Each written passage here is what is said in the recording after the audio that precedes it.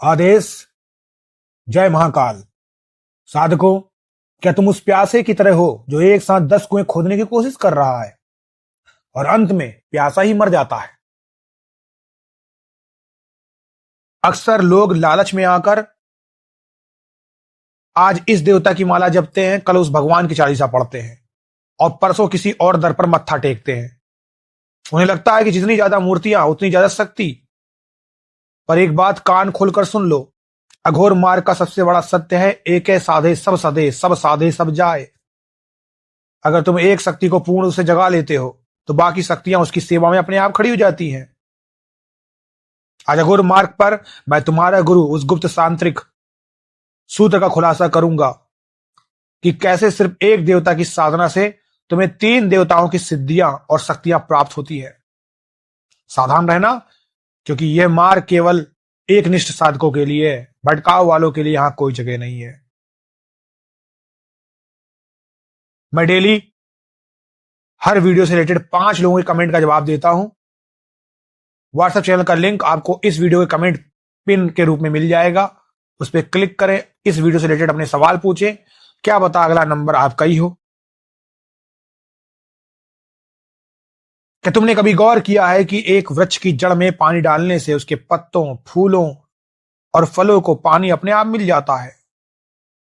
तुम्हें हर पत्ते को अलग से सींचने की जरूरत नहीं पड़ती। साधना भी ठीक वैसी है। लोग देवी देवताओं को अलग अलग जगह पर रखते हैं, पर अघोर विज्ञान कहता है कि सारी शक्तियां एक ही चेतना के अलग अलग रूप हैं। आज मैं तुम्हें वो तरीका बताऊंगा जिससे तुम अपने इष्ट को साध्य बनाओगे और बाकी सिद्धियां तुम्हें अपने आप मिल जाएंगी। जब तुम 10 मंत्र जपते हो तो तुम्हारी एकाग्रता 10 हिस्सों में बढ़ जाती है, तुम्हारी ऊर्जा बिखर जाती है और कोई भी शक्ति पूर्ण रूप से जागृत नहीं हो पाती। लेकिन जब तुम अपनी पूरी प्राण शक्ति, अपना पूरा लहू और अपनी पूरी आत्मा से सिर्फ एक मंत्र, एक रूप को सौंप देते हो तो वहां विस्फोट होता है। जब तुम एक देवता को सिद्ध कर लेते हो तो वह शक्ति तुम्हारी कुल शक्ति बन जाती है।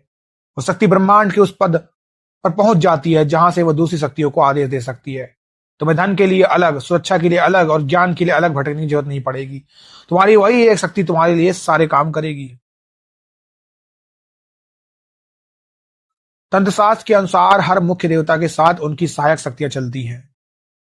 जिस देवता की तुम साधना कर रहे हो उनकी साक्षात उपस्थिति और कृपा,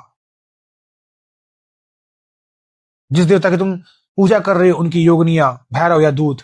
जैसे अगर तुम महादेव को साधते हो तो नंदी, भृंगी और वीरभद्र की शक्तियां तुम्हें अपने आप प्राप्त हो जाएंगी।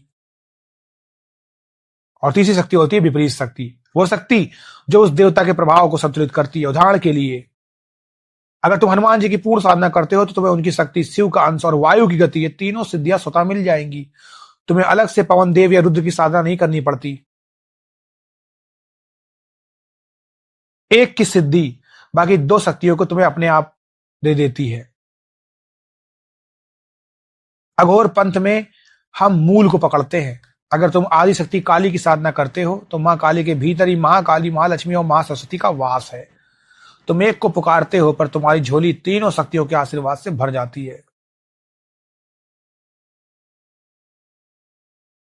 अपने घर में लोग बहुत ज्यादा कैलेंडर लगाए रहते हैं सारे भगवानों के। वो सोचते हैं कि सारे भगवान का कैलेंडर लगवाने से सारे देवता प्रसन्न हो जाएंगे। ये पूजा नहीं है, ये साधना नहीं है, ये भक्ति नहीं, ये डर है। लोग भटकते हैं क्योंकि उन्हें लगता है कि काली की पूजा से लक्ष्मी रूठ जाएंगी। ये तुम्हारी मूर्खता है। एक मां को प्रसन्न कर लिया तो घर की सारी खुशियां तुम्हारी है। जब तुम अपने इष्ट के प्रति पागलपन की हद तक वफादार होते हो तो वह इष्ट खुद अन्य शक्तियों को निर्देश देते हैं कि मेरा यह साधक संकट में है, जाओ इसकी रक्षा करो। यही वो रहस्य है जिससे एक साधारण अघोरी बिना विशेष साधना के भी हर संकट काट देता है।